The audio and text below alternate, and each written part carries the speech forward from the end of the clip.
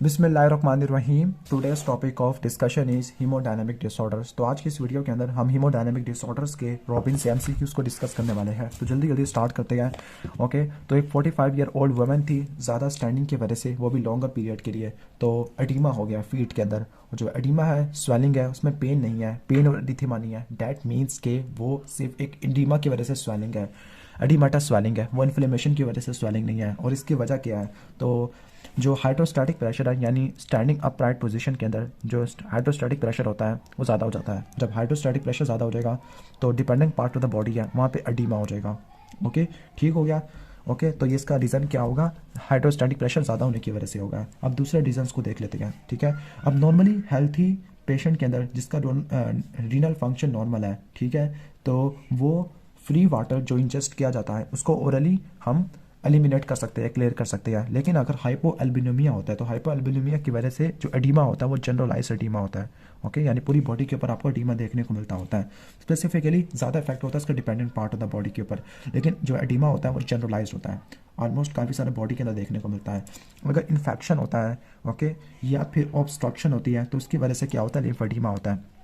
यानी अगर ज़्यादा वाटर इनटेक करे तो ज़्यादा वाटर इनटेक को किडनी ओवरकम कर लेगा। ओके, ये भी हमने पढ़ लिया। लिम्फेटिक ऑब्स्ट्रक्शन है या इन्फेक्शन है तो इसकी वजह से जो एडिमा होता है वो लिम्फेडिमा होता है। ओके, ठीक हो गया। अब लास्ट है सेकेंडरी अल्डोस्टेरोनिज्म। सेकेंडरी अल्डोस्टेरोनिज्म किस वजह से होती है? कंजेस्टिव हार्ट फेलियर की वजह से हो सकती है या रीनल हाइपरपरफ्यूजन की वजह से होती है। अब सेकेंडरी इसलिए कहा गया क्योंकि प्राइमरीली जो रेनिन प्रोड्यूसिंग सेल है उनका ट्यूमर वगैरह नहीं है, बल्कि यहाँ पे जो मसला है वो किसी और वजह के अंदर है, लाइक कंजेस्टिव हार्ट फेलियर है या रीनल हाइपरपरफ्यूजन है। इन दोनों के केस में क्या होगा? इन दोनों के केस में एडिमा तो होगा, लेकिन वो एडिमा हाइड्रोस्टैटिक प्रेशर ज़्यादा होने की वजह से नहीं होता, बल्कि वो सेकेंडरी अल्डोस्टेरोनिज्म की वजह से होता है। लाइक किडनी की तरफ ब्लड फ्लो कम से कम होगा तो उसकी वजह से रेनिन प्रोड्यूस होगा, अल्डोस्टेरोन सिस्टम वाला एक्टिवेट हो जाएगा।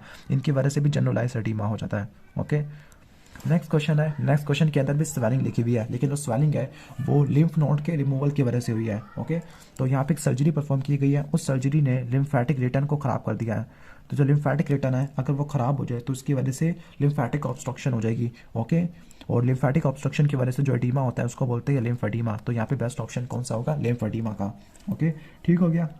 क्योंकि जो लिम्फेटिक चैनल्स होती है ऐसी चैनल्स होती है जो फ्लूइड और प्रोटीन को वापस एक्स्ट्रा वेस्कुलर कंपार्टमेंट के अंदर पुश आउट कर देती है। ओके, तो अगर लिम्फ वेसल्स की ऑब्स्ट्रक्शन होती है, इन्फ्लेमेशन होती है, इन्फेक्शन होता है तो उसकी वजह से लिम्फेडिमा होता है। और जो लिम्फेडिमा होता है उसमें आपको क्या देखने को मिलती है? पेनलेस, ठीक है, लेकिन जो लिम्फेडिमा होता है इसके डफी कंसिस्टेंसी नेचर होता है। यानी आप ये पिटिंग होगा या नॉन पिटिंग होगा, इसका जवाब अपने कमेंट सेक्शन के अंदर देना है। Okay, cellulitis. सेलुलाइटिस होता है स्किन और सबक्यूटेनियस टिश्यू का इन्फेक्शन है। ओके, इन्फेक्शन है। इस केस में इन्फेक्शन और तो इन्फ्लेमेशन चलेगी। इन्फ्लेमेशन के अंदर अरिथीमा होता है, वार्मथ होती है, स्वेलिंग होती है, लेकिन वो इन्फ्लेमेशन वाली होती है, पेन भी होता है। Congestive heart failure. Congestive heart failure की वजह से जो एडिमा होता है वो पेरिफेरल एडिमा होता है।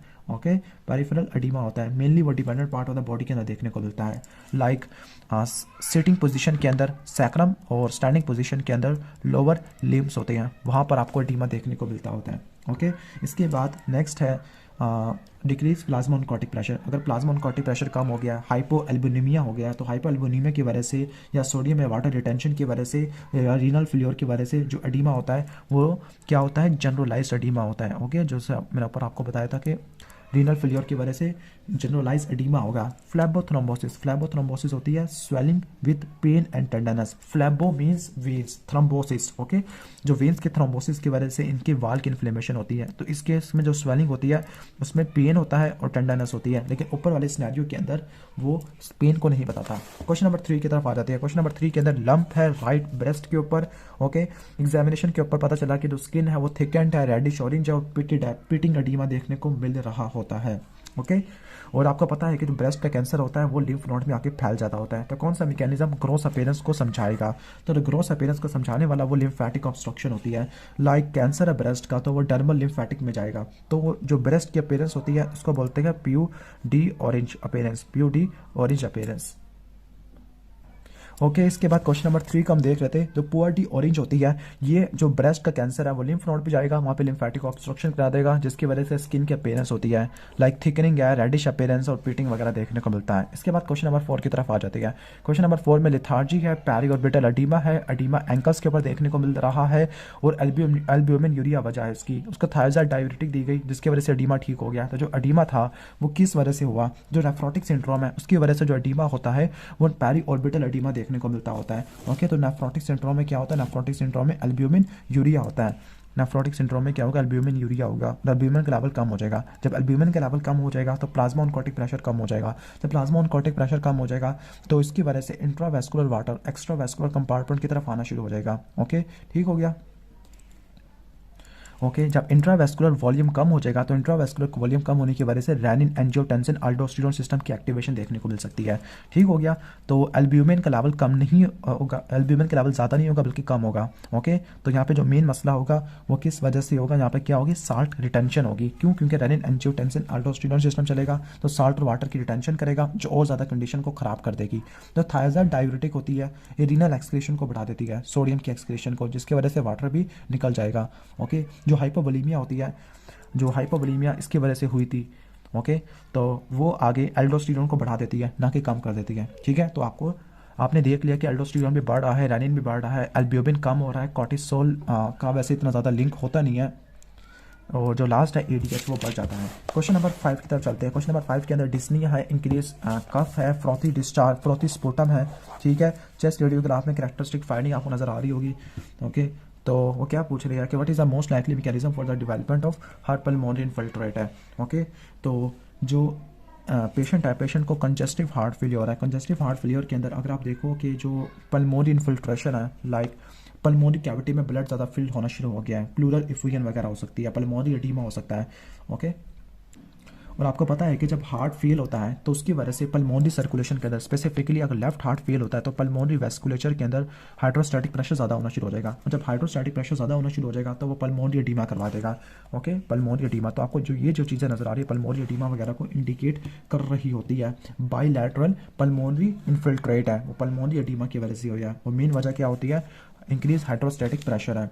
ओके, यानी हाई हाइड्रोस्टैटिक प्रेशर है, वो फ्लूइड को लीक करवा देता है एल्विलाई के अंदर, और वो फ्लूइड बाहर जब खांसेगा बंदा तो वो फ्रॉथी स्पुटम की फॉर्म में बाहर की तरफ आ जाएगा। ओके, अगर हम एक्सरे में देखते हैं तो एक्सरे के अंदर जो ये वाली जो चीज़ है लेफ्ट हार्ट है, ओके, वो डायलेट हुआ पड़ा है, स्पेसिफिकली जो लेफ्ट एट्रियम है वो डायलेट हुआ पड़ा है। दैट मीन्स के कंजेस्टिव हार्ट फेलियर हो रहा है, हार्ट कॉन्ट्रैक्ट नहीं कर पा रहा, जिसकी वजह से जो फ्लूइड है वो हार्ट के अंदर पूल अप हुआ जा रहा है, हार्ट की डायलेशन हो गई है। जो फ्लूइड होता है, पहली बात जो फ्लूइड की नेचर होगी वो ट्रांसयूडेट होगी। एक होता है एक्सियुडेट, दूसरा ट्रांसयूडेट। एक्सियुडेट इन्फ्लेमेशन के अंदर बनता है जो कि प्रोटीन रिच है, सेलुलर डेब्रिस होता है। ओके, तो ये ट्रांसयूडेट होता है क्योंकि यहाँ पर प्रोटीन कंटेंट और सेलुलर कंटेंट रिलेटिवली कम होते हैं।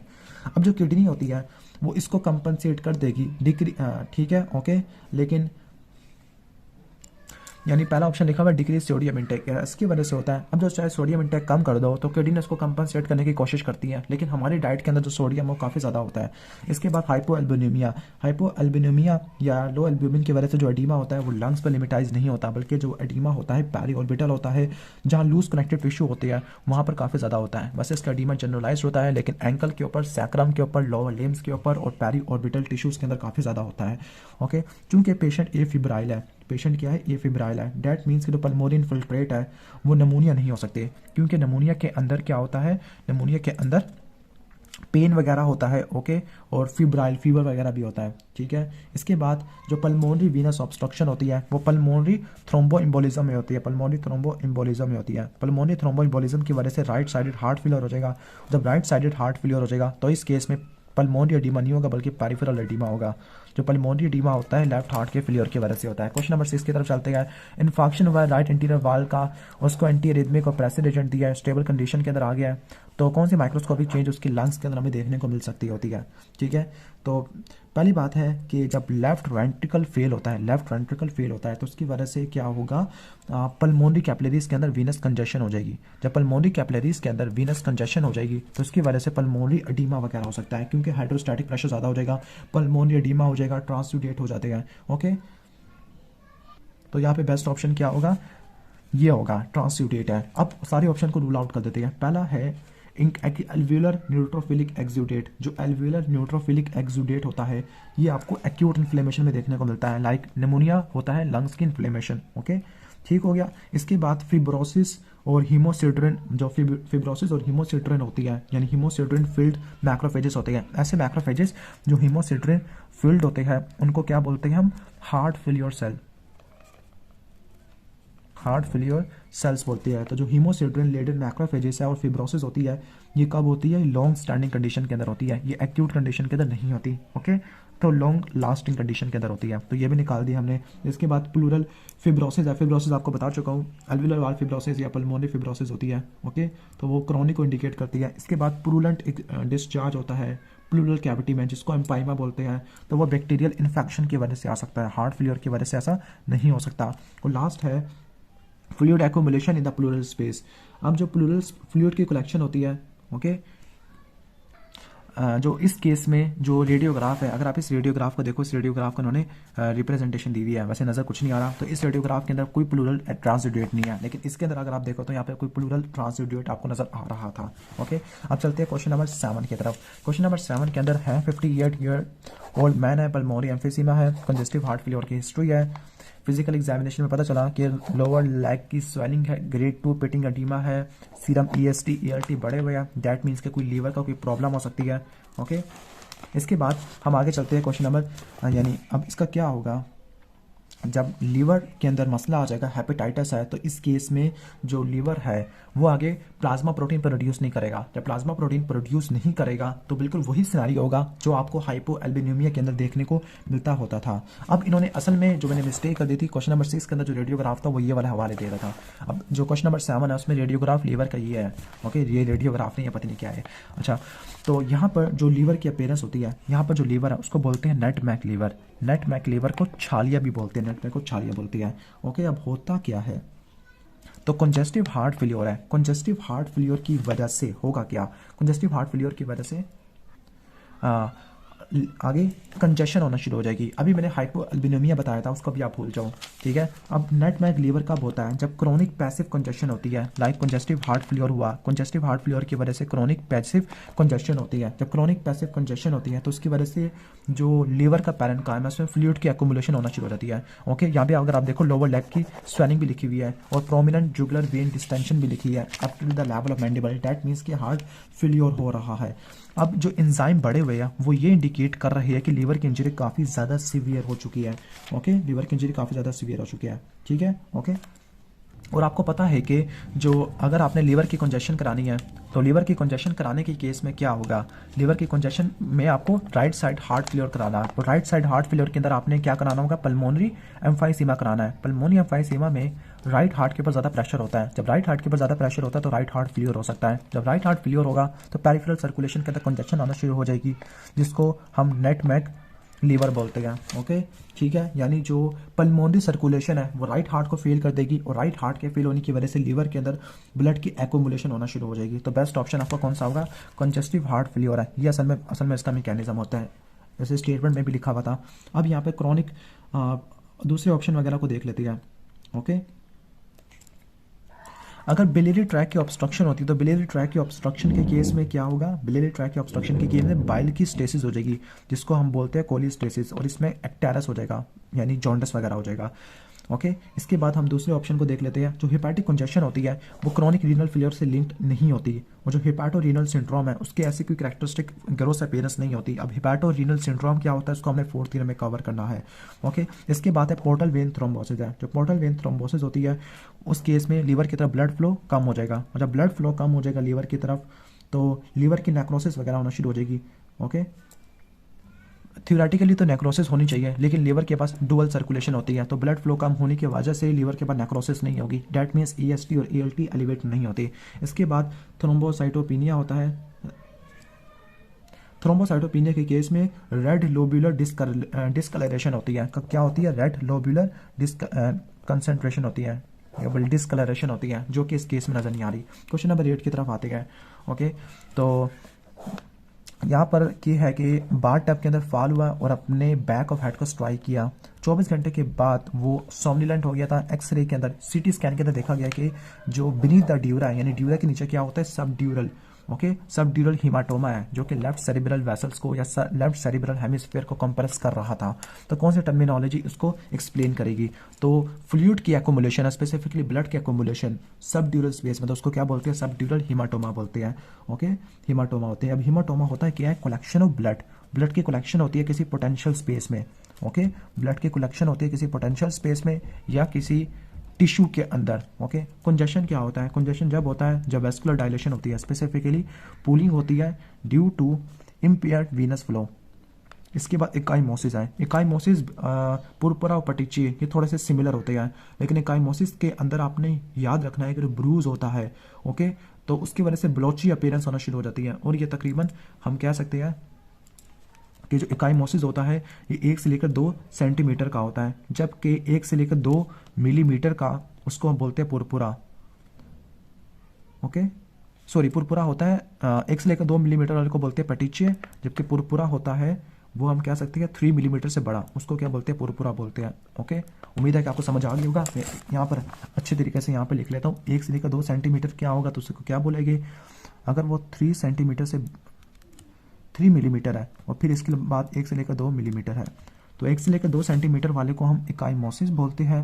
ओके, 3 मिलीमीटर वाले को, इन सबको ब्रूज बोलते हैं ओवरऑल, ब्रूज या कॉन्टिगन है। अच्छा, 3 मिलीमीटर से ज़्यादा वाले को, ओके, लेकिन ये 10 मिलीमीटर से कम होना चाहिए, यानी 1 सेंटीमीटर से कम होना चाहिए, तब हम इसको क्या बोलते हैं? हम इसको पुरपुरा बोलते हैं।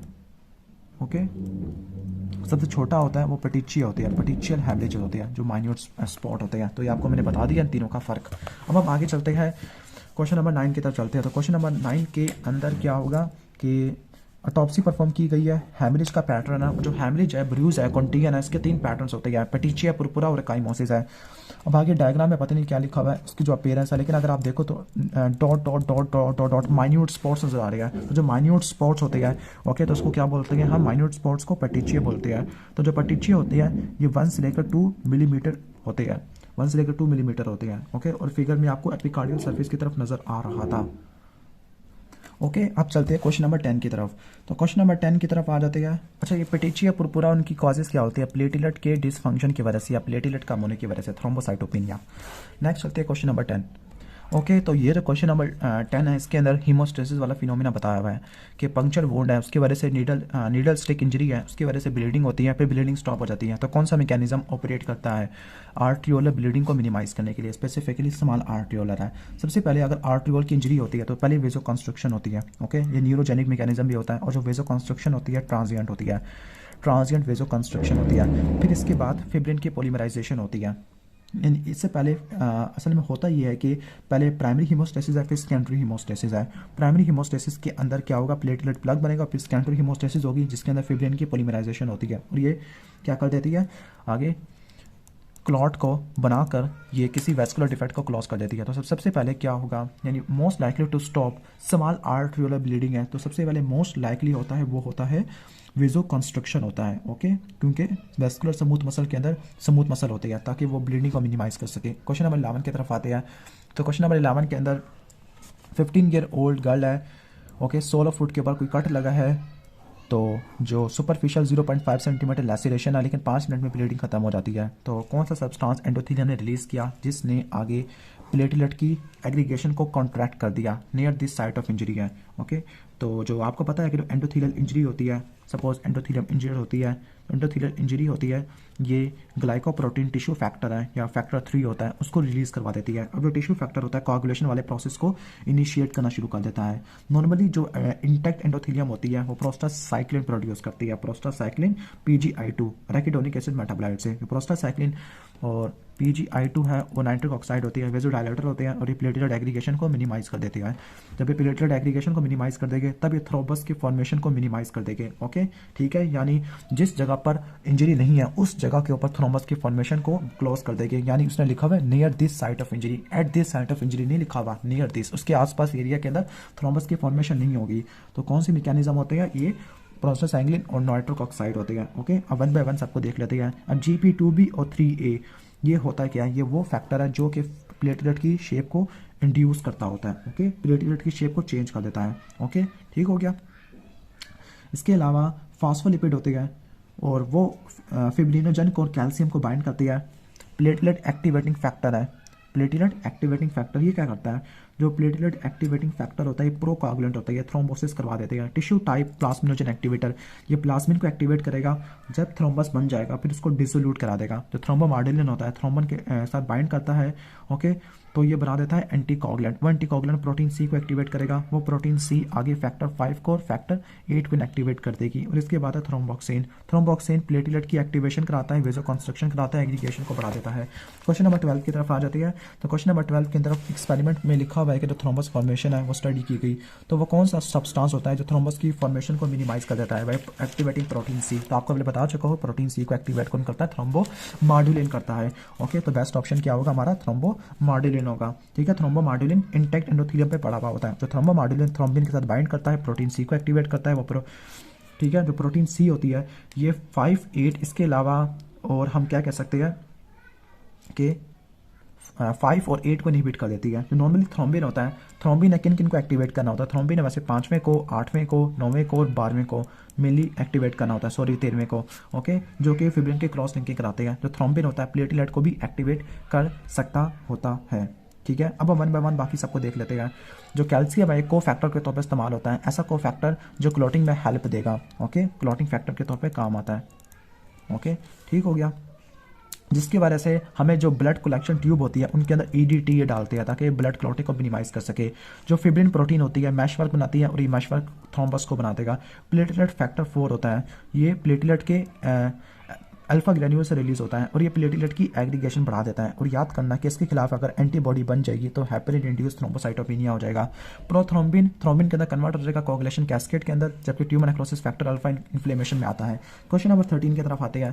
क्वेश्चन नंबर 13 के अंदर बता हुआ है कि लेबोरेटरी डायग्नोसिस के अंदर पार्शियल थ्रोम्बोप्लास्टिन टाइम नॉर्मल है, प्रोथ्रोम्बिन टाइम भी नॉर्मल है, प्लेटलेट काउंट भी है, लेकिन वॉन विलिब्रेंट फैक्टर काम में पड़ेगा। तो वॉन विलिब्रेंट फैक्टर करते क्या थे, तो जो वॉन विलिब्रेंट फैक्टर थे ये ग्लू की तरह काम आते हैं। सपोज ये ग्लू है और ये ग्लू एक तरफ से प्लेटलेट को जोड़ती है और दूसरी तरफ से जो एक्सपोज्ड एक्स्ट्रा सेलुलर मैट्रिक्स होता है ईसीएम होता है इनको जोड़ देती है। तो ये ग्लू के तौर पे काम आती है, वॉन विलिब्रेंट फैक्टर होता है। ओके, ठीक हो गया। चूंकि पेशेंट का प्रोथ्रोम्बिन नॉर्मल है, जब prothrombin normal okay prothrombin time normal है, तो प्रोथ्रोम्बिन टाइम नॉर्मल है तो उसका मतलब प्रोथ्रोम्बिन की डेफिशिएंसी नहीं है या फिर इसके इनहिबिटर नहीं है यहाँ पर। ओके, इसके बाद चलते हैं क्वेश्चन नंबर 14 की तरफ। तो क्वेश्चन नंबर 14 है वो बताया हुआ है कि डायबिटीज मेलाइटस है, मायोकार्डियल इंफार्क्शन है और किसी को अगर मायोकार्डियल इंफार्क्शन हो तो वो एस्पिरिन को यूज़ करता है।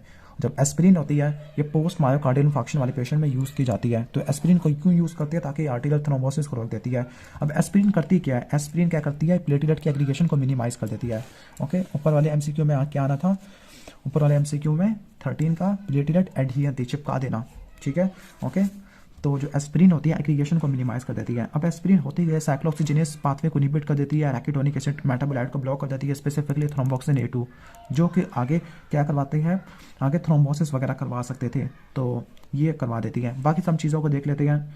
जो प्लेटलेट की एडहेरेंस होती है एक्स्ट्रा सेलुलर मैट्रिक्स या कोलेजन की तरफ, तो वो कौन करवाता है, वो करवाता है वॉन विलिब्रेंट फैक्टर होता है, वॉन विलिब्रेंट फैक्टर है। इसके बाद प्रोडक्शन ऑफ टिश्यू फैक्टर है।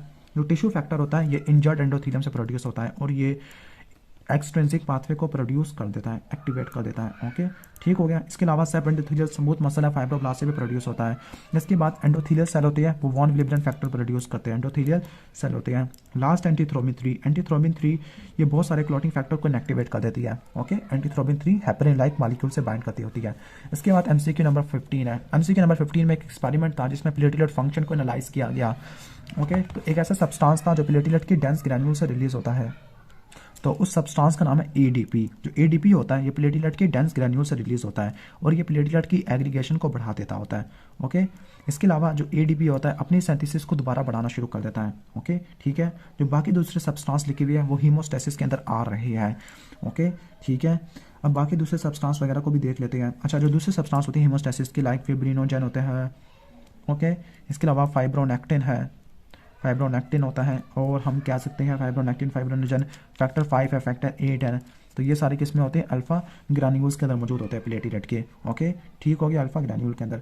तो थ्रोम्बोक्सिन A2 है, ये एग्रीगेशन को बढ़ा देता है, सॉरी मैंने इसको क्या कर दिया, ये एग्रीगेशन को बढ़ा देता होता है, लेकिन ये साइक्लोऑक्सीजिनेस पाथवे से प्रोड्यूस होता है प्लेटलेट के अंदर। जो फाइब्रोनेक्टिन होता है, ओके, फाइब्रोनेक्टिन है, ये एक्स्ट्रा सेलुलर मैट्रिक्स बनाता है किसके दरमियान, ओके, सेल के दरमियान, जो आगे सेल को ग्लू कर देते हैं, जोड़ के रख देते हैं। प्लाज्मिनोजन अगर आगे एक्टिवेट होते हैं तो प्लाज्मिनोजन आगे एक्टिवेट होकर प्लाज्मिन बनाती है और प्लाज्मिन आगे थ्रोम्बोलाइसिस वगैरह करवा सकता होता है। ठीक हो गया। तो प्लेटलेट की एग्रीगेशन होती है वो प्लेटलेट मेटाबॉलिज्म के ऊपर रिक्वायर होती है, यानी प्लेटलेट की जो एग्रीगेशन है या स्टिमुलेशन होती है वो किन किन से बढ़ती है। तो जो प्लेटलेट की स्टिमुलेशन होती है वो 3 चीज़ों से बढ़ती है, 3 या 4। पहला ADP लिख लो आप, थ्रोम्बिन है, थ्रोम्बिन बढ़ा देता है। इसके अलावा कोलेजन है और इसके साथ एपिनेफ्रिन हार्मोन भी है, ये भी इसको बढ़ा देता होता है। ओके, ठीक है। इसके अलावा आपको दूसरे कॉम्प्लेक्स भी चाहिए होते हैं, लाइक अगर आपने प्लेटलेट की आगे एक्टिवेशन करानी है, प्राइमरी हीमोस्टेसिस करवानी है, तो उसके अंदर आपको वॉन विलिब्रेन फैक्टर चाहिए होते हैं, विब्रिनो चाहिए, प्लेटलेट रिसेप्टर चाहिए, GP2B3A रिसेप्टर चाहिए। ठीक हो गया। ओके, अब इनको तो हम वीडियो के अंदर कवर कर लेंगे नेक्स्ट वीडियोस के अंदर, ठीक है। लेकिन थोड़ा बहुत आपको पता होना चाहिए कि जो प्लेटलेट की स्टिमुलेशन होती है, तो प्लेटलेट की स्टिमुलेशन किन फैक्टर पर डिपेंड होती है। लाइक जो GP2B होता है, GP2B और 3A है, ये करता है क्या, GP2B और 3A ये फिब्रिनोजन के दरमियान क्या कर देता है, क्रॉस लिंकिंग करवा देता है। यानी एक फिब्रिनोजन जिसमें प्लेटलेट, दूसरा फिब्रिनोजन, इनके दरमियान क्रॉस लिंकिंग होती है। ओके, यानी प्लेटलेट की जो एडजेसेंट प्लेटलेट है उसकी क्रॉस लिंकिंग करवा के क्या हो जाना, एग्रीगेशन को प्रमोट कर देना। जो वॉन विलिब्रेन फैक्टर है शेप को चेंज करता है, ग्रैन्यूल की रिलीज करवा देता है।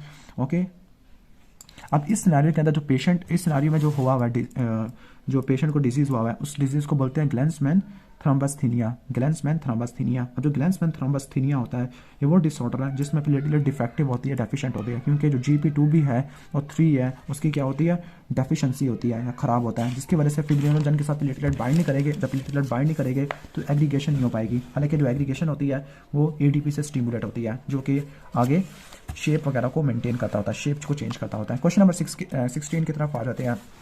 तो क्वेश्चन नंबर 16 के अंदर अ 12-year-old boy has a 10-year history of multiple soft tissue हैमरेजेस है, एक्यूट अपर एयरवे ऑब्स्ट्रक्शन है हिमाटोमा की वजह से। ओके, ठीक हो गया। फिजिकल एग्जामिनेशन पता चला कि उसकी मोशन काफ़ी ज़्यादा लिमिटेड है, पिटिचिया पुरपुरा नहीं है। लेबोरेटरी डायग्नोसिस के अंदर नॉर्मल प्रोथ्रोम्बिन टाइम है, लेकिन ये वाला जो टाइम है पार्शियल थ्रोम्बोप्लास्टिन टाइम ये बढ़ा हुआ है। प्लेटलेट काउंट भी नॉर्मल है, लेकिन फैक्टर 8A की एक्टिविटी ना होने के बराबर है। तो कौन सा मैकेनिज्म इस डिजीज़ को डेवलपमेंट को समझाएगा, तो यहाँ पे बेस्ट ऑप्शन होगा ओके अल्फा होगा। अब इस पेशेंट को हीमोफीलिया ए है, हीमोफीलिया ए के अंदर फैक्टर 8 की डेफिशिएंसी होती है। ओके, ठीक है। जबकि फैक्टर 9 की डेफिशिएंसी हीमोफीलिया बी और हीमोफीलिया सी के अंदर फैक्टर 11 की डेफिशिएंसी होती है। अब फैक्टर कौन कौन से फैक्टर होते हैं, फैक्टर 8 है, फैक्टर 3 है और फैक्टर 5 है। 5 और 3 को मिला दो तो 8 बन जाएगा। अब ये को फैक्टर के तौर पे काम आते हैं क्लोटिंग कैस्केड की तरफ, जिसमें वो थ्रोम्बिन की फॉर्मेशन को बढ़ा देते हैं। अब जो फैक्टर 8 होता है ये रिएक्शन एक्सेलरेटर के तौर पे काम आता है, यानी फैक्टर 10 को किस में एक्टिवेट कर देता है, फैक्टर 10A के अंदर एक्टिवेट कर देता है। अब जो फैक्टर 10 एक्टिवेटेड होता है तो आगे वो क्लॉटिंग फैक्टर को मजीद बढ़ा देगा। ठीक हो गया। ओके, इसके अलावा यहाँ पे प्लेटलेट की सर्फेस है, जो प्लेटलेट की सर्फेस होती है वो फॉस्फोलिपिड प्रोवाइड करती है। जो प्लेटलेट की जो फॉस्फोलिपिड होती है ये जो होती है ये कोआगुलेशन फैक्टर की असेंबली करवाती है। और ऑप्शन को हम देख लेते हैं, ठीक है। ओके, आपको सिनेरियो समझ आ गया कि हीमोफीलिया ए या फैक्टर 8 की डेफिशिएंसी जिसकी वजह से ये रिएक्शन चल नहीं पा रहे, यानी थ्रोम्बिन की फॉर्मेशन नहीं हो पा रही। बाकी फैक्टर को हम कवर करिए। प्लेटलेट की जो एग्रीगेशन होती है वो थ्रोम्बोक्सिन A2 से होती है और ADP से होती है। इसके बाद फेलियर ऑफ फिब्रिन पॉलीमराइजेशन है। फिब्रिन की जो पॉलीमराइजेशन होती है वो प्रमोट करता है फैक्टर 12 नहीं बल्कि फैक्टर 13 होता है। इसके अलावा न्यूट्रलाइज्ड एंटीथ्रोम्बिन 3 है, एंटीथ्रोम्बिन 3 थ्रोम्बिन के साथ बाइंड करता है, उस केस में प्रोथ्रोम्बिन 10 ज़्यादा हो जाता है। ओके, हालांकि यहाँ पर ऐसा कुछ नहीं लिखा हुआ। और last inability to release thromboxane A2, जो थ्रोम्बोक्सिन A2 है प्लेटलेट की एग्रीगेशन करवा देता है। क्वेश्चन नंबर 17 की तरफ आ जाते हैं। तो क्वेश्चन नंबर 17 के अंदर प्रोलॉन्ग एपिस्टैक्सिस है, नोज ब्लीडिंग है, डेट मीन्स कि दोबारा से क्लॉटिंग फैक्टर की कोई डेफिशिएंसी हो सकती है। प्रोथ्रोम्बिन टाइम इस बार एलिवेट है, लेकिन पार्शियल थ्रोम्बोप्लास्टिन टाइम ये सारे के सारे नॉर्मल हुए पड़े हैं।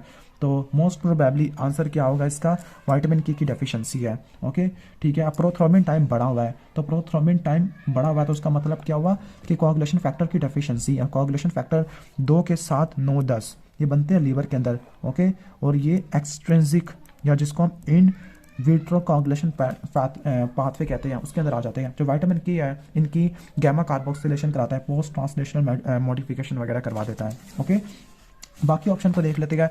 एंटी फॉस्फोलिपिड सिंड्रोम है, एंटी फॉस्फोलिपिड सिंड्रोम का इनहिबिटरी इफेक्ट होता है, inhibitory effect of in vitro fertilisation कह रहा हूँ, इन विट्रो कोगुलेशन होती है। ओके, इसके अलावा जो फैक्टर 5 लीडन म्यूटेशन है, फैक्टर 5 लीडन म्यूटेशन के अंदर जो फैक्टर 5 है उसको इनएक्टिवेट नहीं कर पाएगी बाई प्रोटीन सी, जिसकी वजह से थ्रोम्बोसिस होती है, ना कि ब्लीडिंग होती है। हीमोफीलिया ए के अंदर फैक्टर 8 की डेफिशिएंसी होती है। ओके, ठीक है, यानी हीमोफीलिया में फैक्टर 8 काम नहीं कर पाएगा। तो इस केस में क्या होगा, पार्शियल थ्रोम्बोस्प्लास्टिन टाइम जो ऊपर हम बताए थे वो थोड़ा सा ज़्यादा हो जाता है। इसके बाद स्कर्वी है, स्कर्वी के अंदर विटामिन सी की डेफिशिएंसी होती है, तो इस केस में वेस्कुलर इंटीग्रिटी खराब होती है, ना कि कोआगुलेशन फैक्टर। इसके बाद है ई गुलाई ग्राम नेगेटिव बैक्टीरिया। जो ग्राम नेगेटिव बैक्टीरिया लाइपोपॉलीसैकेराइड प्रोड्यूस करते हैं, वो लाइपोपॉलीसैकेराइड कोआगुलेशन को एक्टिवेट करता है, जिसकी वजह से कोआगुलेशन फैक्टर कंज्यूम हो जाएगा, प्लेटलेट कंज्यूम हो जाएंगे, जिसकी वजह से फाइनली पीटी प्रोथ्रोम्बिन टाइम और पार्शियल थ्रोम्बोस्प्लास्टिन टाइम दोनों बढ़ने चाहिए थे। ओके, ठीक हो गया, जबकि प्लेटलेट काउंट को कम होना चाहिए था। हालांकि यहाँ पे ऐसा नहीं होता, क्यों? क्योंकि यहाँ पे डिसैमिनेटेड इंट्रावेस्कुलर कोआगुलेशन हो जाती है। अब चलते हैं एमसीक्यू नंबर 18 की तरफ। Sudden onset of chest pain है, नेक और लेफ्ट आर्म की तरफ रेडिएट कर रहा है। एग्जामिनेशन पता चला कि वो डायफोरिक या हाइपोटेंसिव है। ठीक है, तो सवाल में पूछा गया है कि कौन सी ड्रग एडमिनिस्टर करनी पड़ेगी। अभी थोड़ा फार्माकोलॉजी का सवाल आया पड़ा है। जो चेस्ट पेन है, ओके, तो ब्लड क्लॉट को डिसॉल्व करने के लिए हम क्या करते हैं, देखो सीरम ट्रोपोनिन लेवल ज़्यादा हुआ पड़ा है, एमआई हुआ पड़ा है, तो टिश्यू प्लाज्मिनोजन एक्टिवेटर है। जो टिश्यू प्लाज्मिनोजन एक्टिवेटर है थ्रोम्बोलिटिक एजेंट होता है, ये प्लाज्मिन की फॉर्मेशन को बढ़ा देगा, प्लाज्मिन आगे डिसॉल्व कर देगा। जो एस्पिरिन होती है, जो एस्पिरिन करती क्या, एस्पिरिन न्यू थ्रोम्बाई की फॉर्मेशन को मिनिमाइज कर देती है। ओके, ठीक है, जो लेकिन पहले से बने बनाए थ्रोम्बाई है उन पे जाके काम नहीं करती, यानी जो एस्पिरिन होती है प्रिवेंटिव थेरेपी के तौर पे इस्तेमाल होती है। ठीक है, जो हेपेरिन होती है वो किस तरह से क्या काम करती है, हेपेरिन होती है ये एंटीथ्रोम्बिन 3 के साथ जाके बाइंड करती है। ओके, इसके बाद नाइट्रिक ऑक्साइड है, वेजोडाइलेटर होता है, विटामिन के 2 के साथ 9-10 की सिंथेसिस करवाता है। अब इस वीडियो का लास्ट क्वेश्चन है, क्वेश्चन नंबर 19 है, फिर इसके बाद रिमेनिंग 19 क्वेश्चन को नेक्स्ट वीडियो में कवर कर लेंगे। तो क्वेश्चन नंबर 19 के अंदर हिस्ट्री ऑफ डायबिटीज मेलाइटस है, चेस्ट पेन है, रेडिएटिंग है लेफ्ट साइड के ऊपर। ओके, ठीक हो गया। सीरम एनालिसिस के अंदर क्रिएटिनिन काइनेस का लेवल ज़्यादा है 24 आवर के ऊपर। पार्शियल थ्रोम्बोस्प्लास्टिस टाइम ये सारे के सारे नॉर्मल हुए पड़े हैं। कोरोनरी एंजियोग्राफी के अंदर लेफ्ट कोरोनरी आर्टरी की या लेफ्ट एंटीरियर डिसेंडिंग आर्टरी की ऑक्लूजन होती है, तो कौन सा मैकेनिज्म थ्रोम्बोसिस को या थ्रोम्बोसिस का काज हो सकता है। तो अगर आप स्टेटमेंट को देखो कि जब एथेरोस्क्लेरोसिस होती है, डायबिटीज़ में एथेरोस्क्लेरोसिस काफ़ी ज़्यादा होती है, तो एथेरोस्क्लेरोसिस की वजह से एंडोथेलियम डैमेज होती है। जब एंडोथेलियम डैमेज होती है तो इस केस में एंडोथेलियम प्रोड्यूस होता है, वो आगे वेजो कंस्ट्रक्शन वगैरह करवाना शुरू कर देता है। या फिर एथेरोस्क्लेरोसिस होती है तो एंडोथेलियम डैमेज हो जाती है और वहाँ पे थ्रोम्बस वगैरह बन जाता होता है। ओके, डायबिटीज़ मेलाइटस है, चाहे वो टाइप 1 या टाइप 2 है, दोनों थ्रोम्बस की फॉर्मेशन को बढ़ा देती होती है। ओके, तो ये इसका ओवरऑल हो जाएगा। इसके बाद क्वेश्चन नंबर 20, 21, इसके बाद जो नेक्स्ट क्वेश्चन है इनको हम नेक्स्ट वीडियो में कवर कर लेंगे पार्ट 2 के अंदर। तो अगर आपको वीडियो अच्छी लगी है तो वीडियो को लाइक कर देना, चैनल पर नहीं हो तो सब्सक्राइब कर देना।